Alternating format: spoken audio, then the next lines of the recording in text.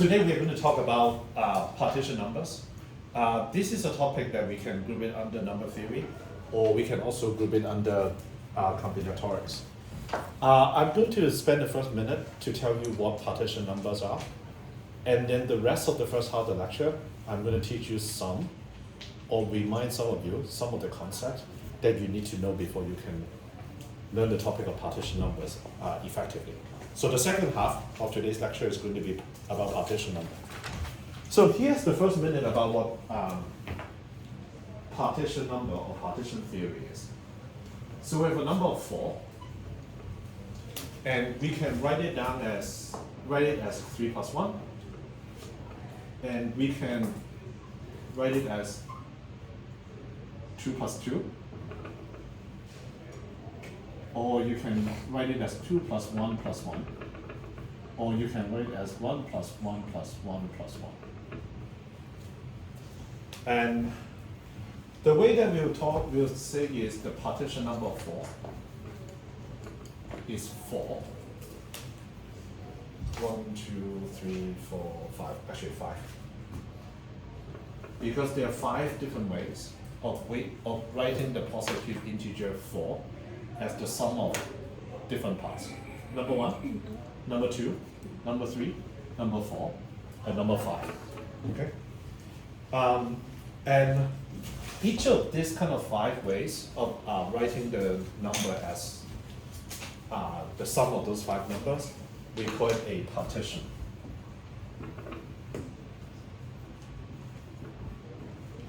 And in the second half, we'll talk a lot more about what a partition is. And we'll also kind of write, for example, for this one, 2 plus 1 plus 1. We'll graphically kind of write it as 2 plus 1 plus 1. And then for this 1 plus 1 plus 1 plus 1 plus 1, we'll basically write it as just kind of 4 vertical dots. Okay? So this is the main topic for today. But I'm going to spend the first half talking about something completely different, so that we can talk about this. Okay. So the first part, let's talk about the concept of functions and what I call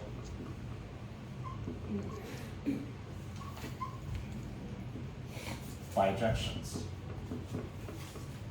Okay. So 7.1.1 functions. So there's going to be some writing here.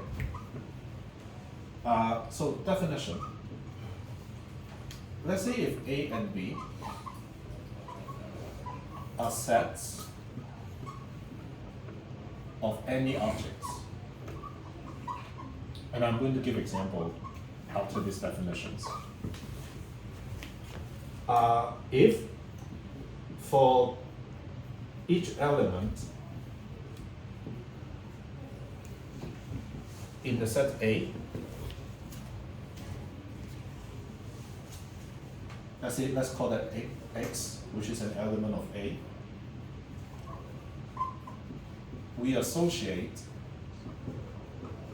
or you can call it map, basically for every element in X, we associate an element of B, and we can call it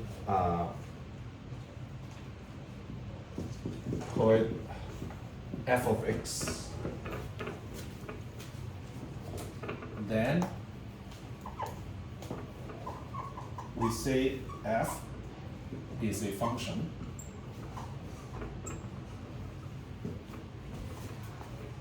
or a mapping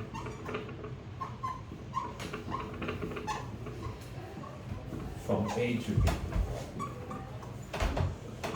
And the way we write it is f mapping a set from A to B. Okay, so let me give an example.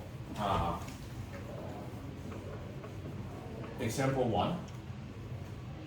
Let's say if A represent 4 fruits: apple, orange, grape, and let's say watermelon. Now again, these are two sets. This is one set, A. It doesn't have to be number, it doesn't have to be mathematics. It's just kind of for fruit. And B is, let's say, a few color. We have red, we have orange, and then we have purple. Okay. And then we define a function f that associate each of these four with one element of B. So for example, I basically say f would basically map apple to red, orange to orange, and I'm going to say grape is also red, and watermelon is also red. So f is a function. So let me take a pause here. Any questions? So again, you have two sets of objects, and then you define a mapping of mapping everything in the first set, A, to something, to an element in B, and we just call f as a function. Any questions? No? Okay. So then let's do a kind of math function. I'm going to make some space here. Now this time, A has four elements, 7, 8, 9, 10. And then B is 0, 1, 2, 3. Okay? And then I'm going to define a function. I'm just use a different letter. I'm going to call it G. And I define G to be, I define G to be the remainder when a number in A is divided by 4. Okay. So I'm just going to call it G is the remainder when dividing by 4. So then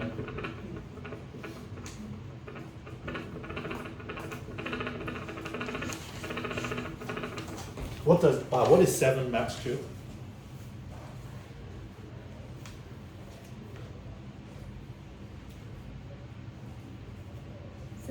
Three, yeah. So 8 is 0, 9 is 1, and then 10 is 2. You can kind of write it fancier by saying, okay, it's basically x modulo 4, okay? Using some notation that we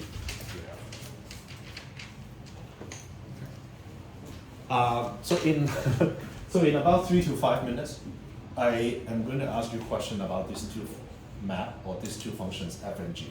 Okay. So just remember, I'm going to referencing this function f and g in about 3 to 5 minutes.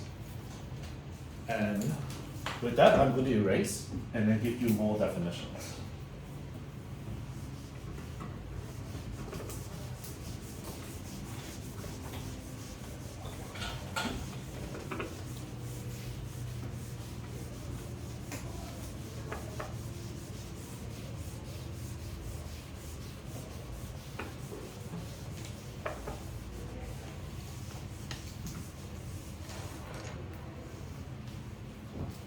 So definition 2.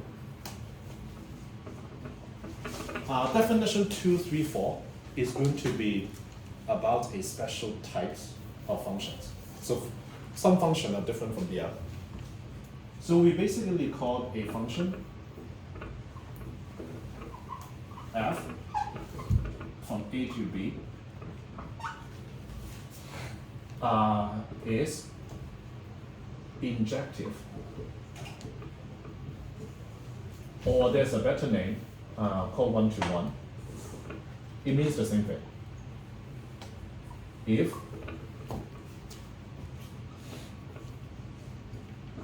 for each pair of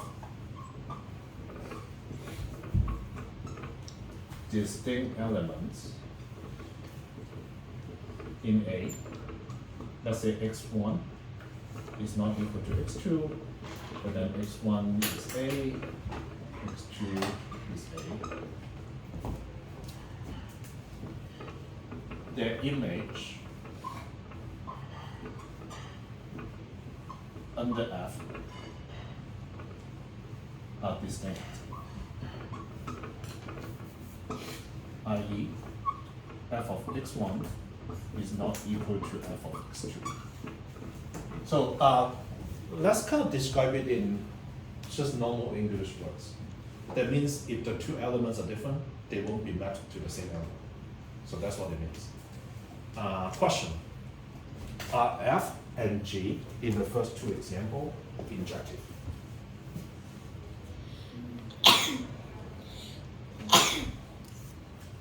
Murphy? No. No. Because there are multiple fruits mapping to that. Can you give me an example? Apple and grape both map to that. Yep.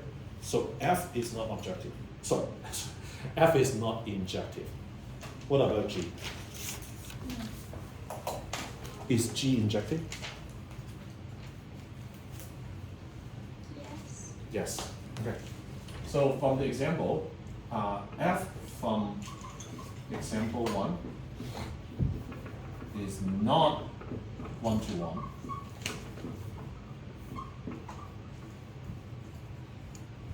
G from example 2 is 1-to-1.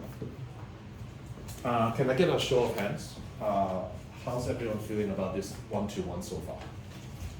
Oh, keep the definition off. Hmm? Keep the definition off because I haven't copied it. Oh, this one? Yeah. Okay, yeah. Daisy? Okay. So then, let's do one more example, one more definition. So this one is a function f from A to B is surjective or, so there's always a word that is more difficult to, less intuitive, injective and surjective, but then also there's a term that is more intuitive, like 1-to-1. And in this case is, we call it F maps A onto, the keyword is onto B, if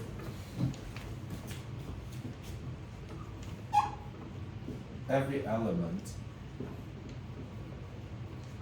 in B is the image of some elements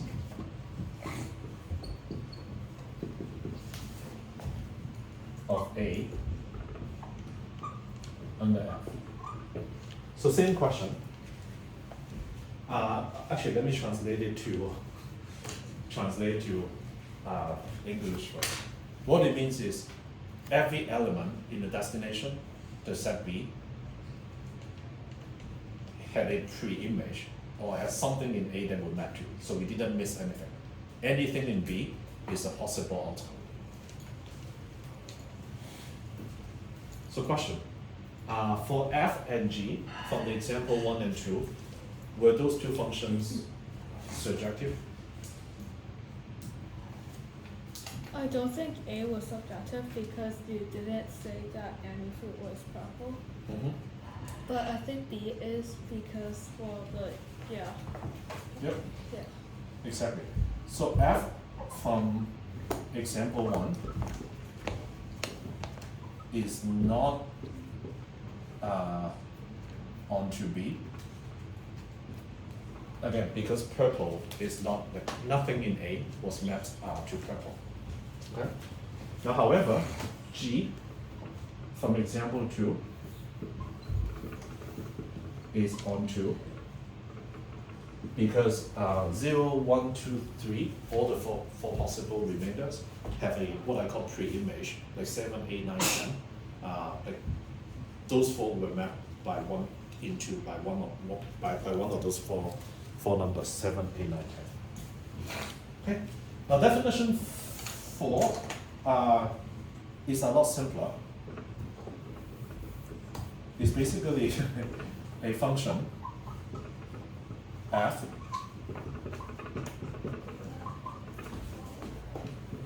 is bijective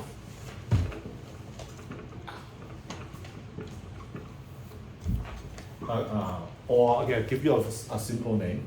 It's called one-to-one correspondence.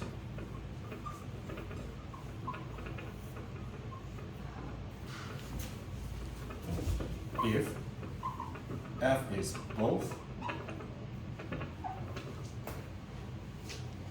injective and surjective.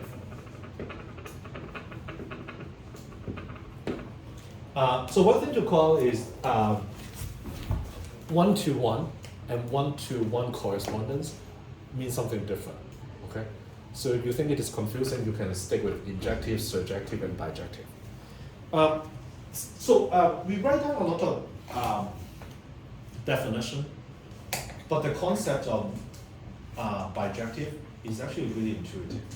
What it just means is, if you have two, like A and B, and then if you can draw a line, link everything in A to something in B, but there is not any funny business of like crossing two things mapped to one, or something, or some element in B was not mapped into anything from A.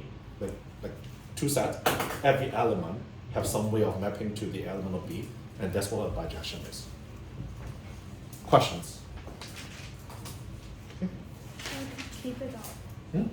Keep the definitions out. Okay, not for long. Oh, So the definition 5 is why we talk about bijections. If there is a bijective function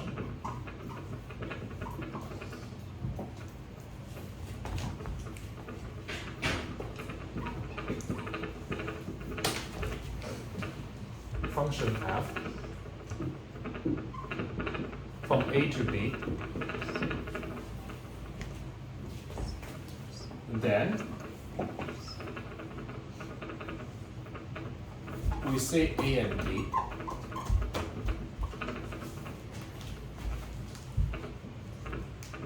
have the same, so there's a fancy word here, cardinality.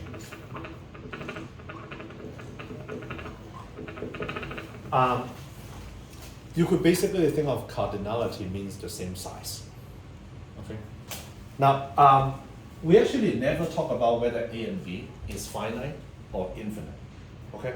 So in the case if, let's say if A and B are both finite, again finite means not infinite. Okay. Then it basically this kind of has same cardinality. It means have the same number of elements.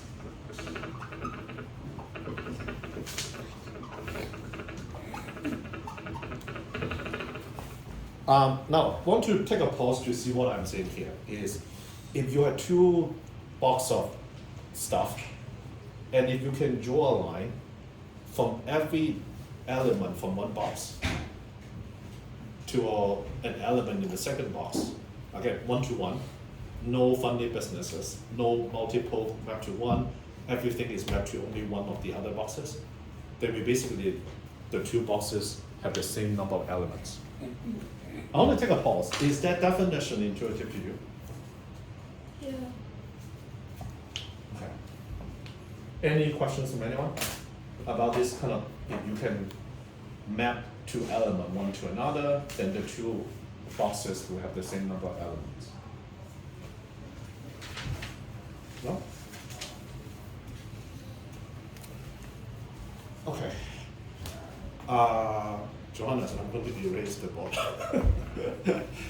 You can ask your kind of friends to give you a copy of this. So now let's get to the second section to describe why we talk about this bijection.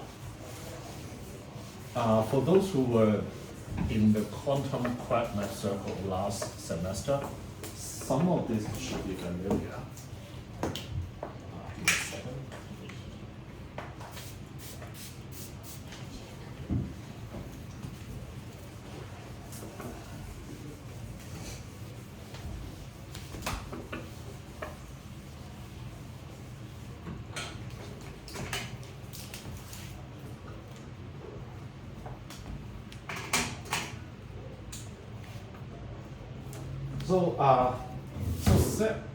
The second part,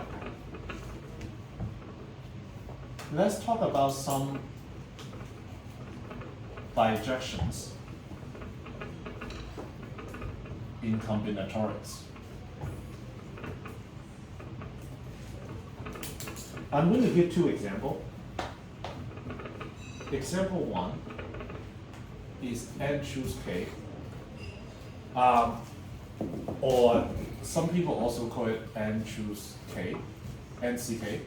Basically, this means the number of ways of choosing k elements from a set of n elements.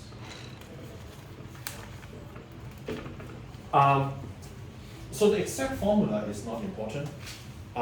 You could think about, let's say if there are 30 students in your class, we want to pick 5 people. We want to pick, let's say, 10 people to be in the school drama. So this kind of 30 choose 10 means how many ways can you choose 10 different people for the school drama? So that's what n choose k means. Okay? So for convenience, I'm just going to call it, call this kind of n people to be just these n integers.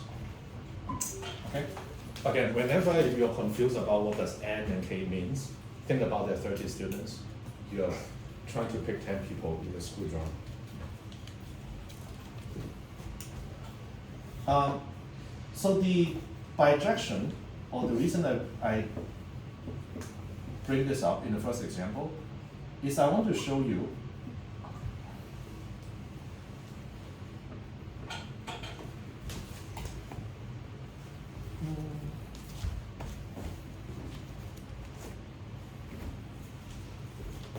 n choose k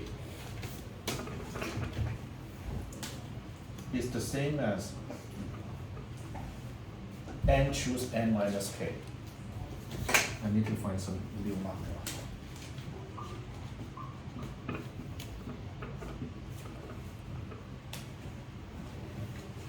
Okay. So I'm going to just use as an example. I'm going to use the example on n is equal to 5, k is equal to 2. Okay. The way to think about it is, if I want to pick 2 people for school drama out of 5 people, is this the same as choosing 3 people to be not in the school drama? Does it make sense? So I'm going to list it out. So I'm going to establish a function. There are many different ways of choosing 2 people. We can choose 1, 2. Okay, I'm going to skip the set notation, and I'm just going to write down. It could be 1, 3, it could be 1, 4, it could be 1, 5, it could be 2, 3, 2, 4, 2, 5, 3, 4, 3, 5, 4, 5. So these are the 10 different ways you can choose this kind of 5 people to be in the school drama. Okay? And the way that I'm going to establish this mapping is I'm going to map to three people that are not in the school play. So if 1 to 2 is in the school play, I'm going to map it to 3, 4, 5. 1, 3, I'm going to map it to 2, 4, 5. 2, 3, 5. 2, 3, 4. 1, 4, 5. 1, 3, 5. 1, 3, 4. 1, 2, 5. 1, 2, 4. And 1, 2, 3.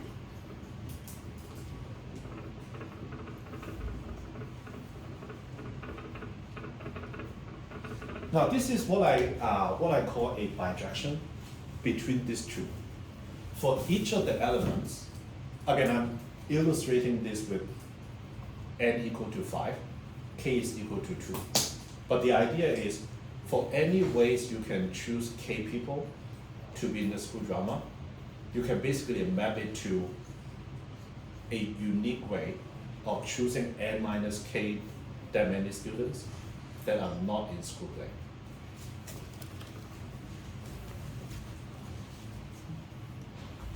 Now, this is what I call a bijection proof. Another way to do it is called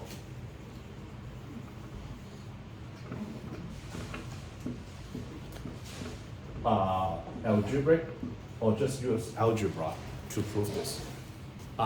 This assumes you remember what the formula is. So I'm going to just use 5 to 2 as a demonstration. 5 choose 2, the formula is 5 times 4 times is this.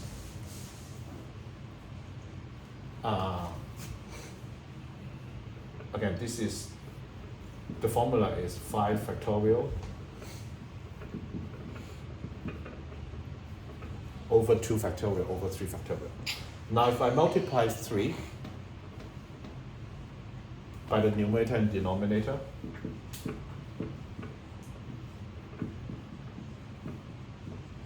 this is basically the formula for 5 choose 3. So one can argue that, okay, it looks a little bit simpler. You just kind of multiply it. But usually this is considered a better proof because it gives you some understanding about why these two numbers are the same. Okay. I'm going to give one more example of bijective proof, and then I'm going to kind of end the first half, and then we'll come back to talk about partition number in the second half. I'm going to erase this.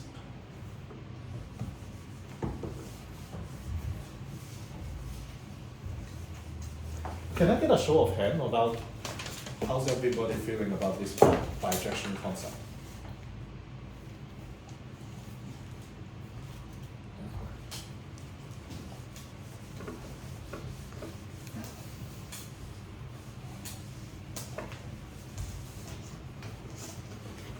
Really, for the earlier parts about the apple, grape, watermelon, did you follow that part? I didn't have time. Hmm? I didn't have time. But did you understand the part about the fruits No. and color? No. Okay. Johannes, how about you?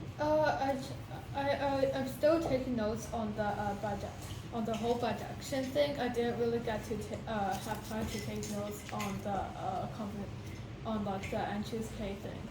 But you didn't have time to copy notes, but did the n choose k, did you know n choose k before today? Yeah, kind of, and it kind of makes sense to me. Okay. So let's kind of give another example of n choose k is equal to n minus 1 choose k plus n minus 1 k minus 1.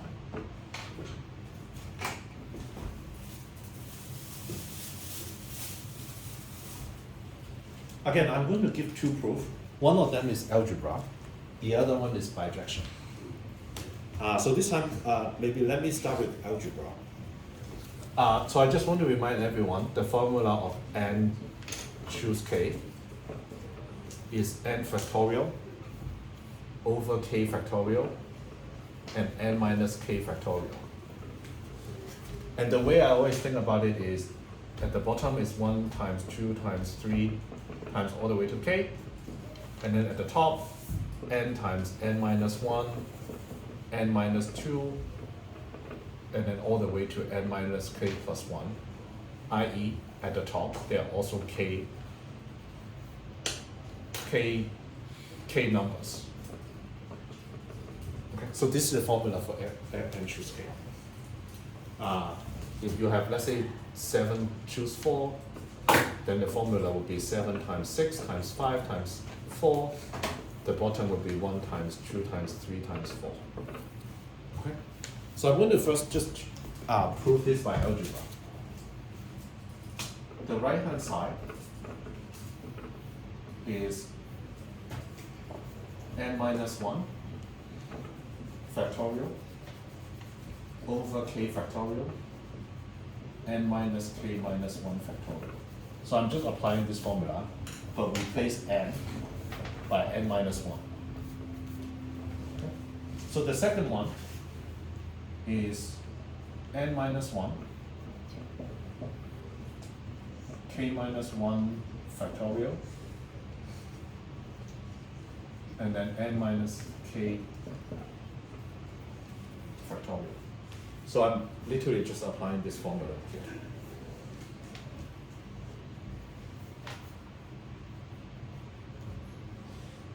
And then next, I'm going to multiply n minus k by both the numerator and denominator.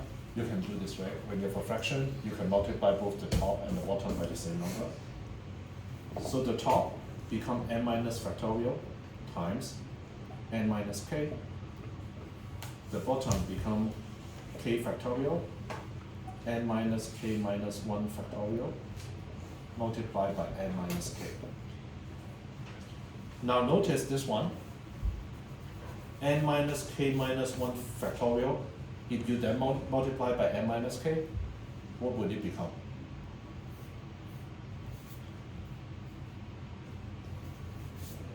So think about it, if you have a factorial, and then you also multiply by 9, multiply by one number bigger, so then will become what? 9 factorial. So this will basically become n minus k factorial. Okay.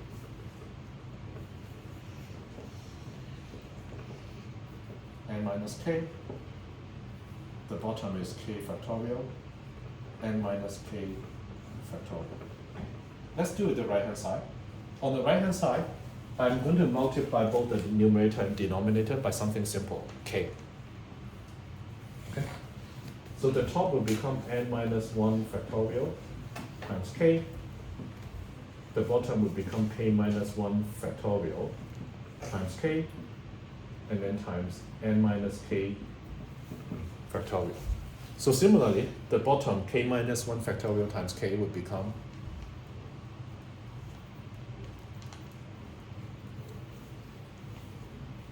so I multiply both the numerator and denominator by times k. So this part will become k factorial, n minus k factorial, and then the top would be n minus factorial times k. Now, do you see that the denominator now is the same on both fractions?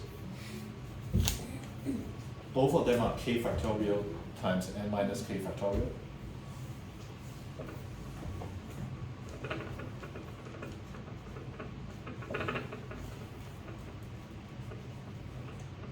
So the first one is n minus k times n minus 1 factorial, the right hand side, and then we plus k times n minus 1 factorial. So do you see this now? N minus k times k minus n minus 1 factorial, and then k times n minus factorial. So this one will basically become, if you have n minus k times something plus k times that same something, then that means you have n many. So you basically will become, so basically it will become n times n minus 1 factorial. Like this step, the best way to think about it is we basically say n minus k times something. And then you plus k times something. Because of that, it is equal to n times that something. N minus k times something, and then you also have k times that something, so it will become n times something. So I'm explaining why this line would become n times n minus 1 factorial. Okay, so because of this, you can basically see that this is this. So therefore it is equal to n choose k. Now, the reason I go through this is because I hate this. It is ugly. And now I can show you why intuitively this is the case. This is where we call it a bijection.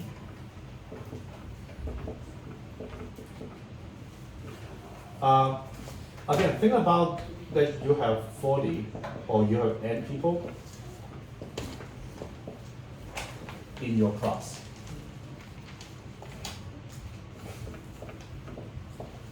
And we now want to choose a k many people for school drama or for basketball team.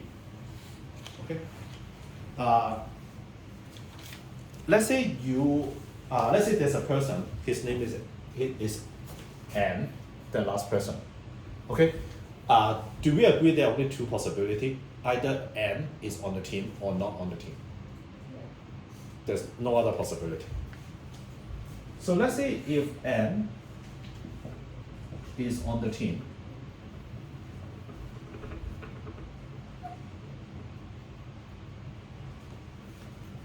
then what it means is you need to basically pick k minus 1 many people from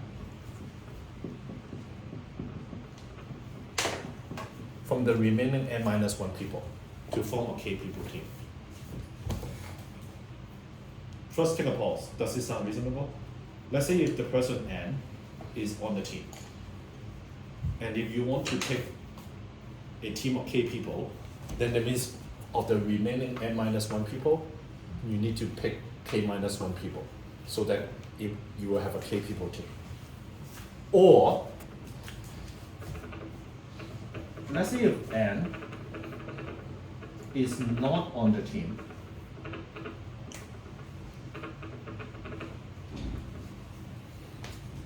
then how can you form a k people team?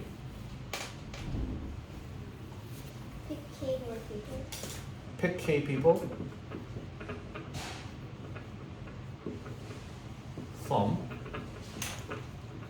this remaining n minus 1 people. Right?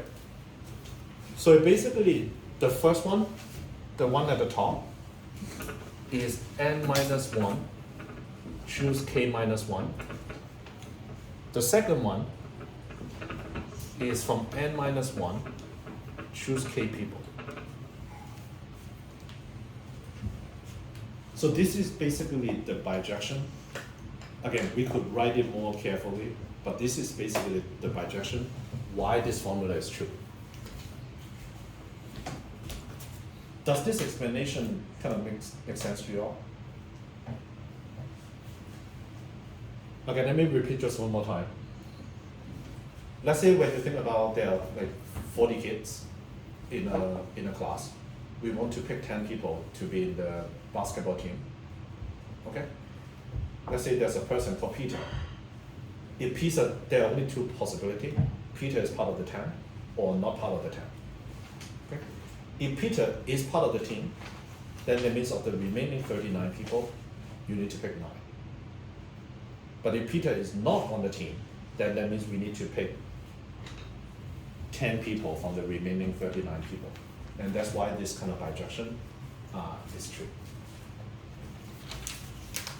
Can I get a show of hand about like on this part? Does it make sense?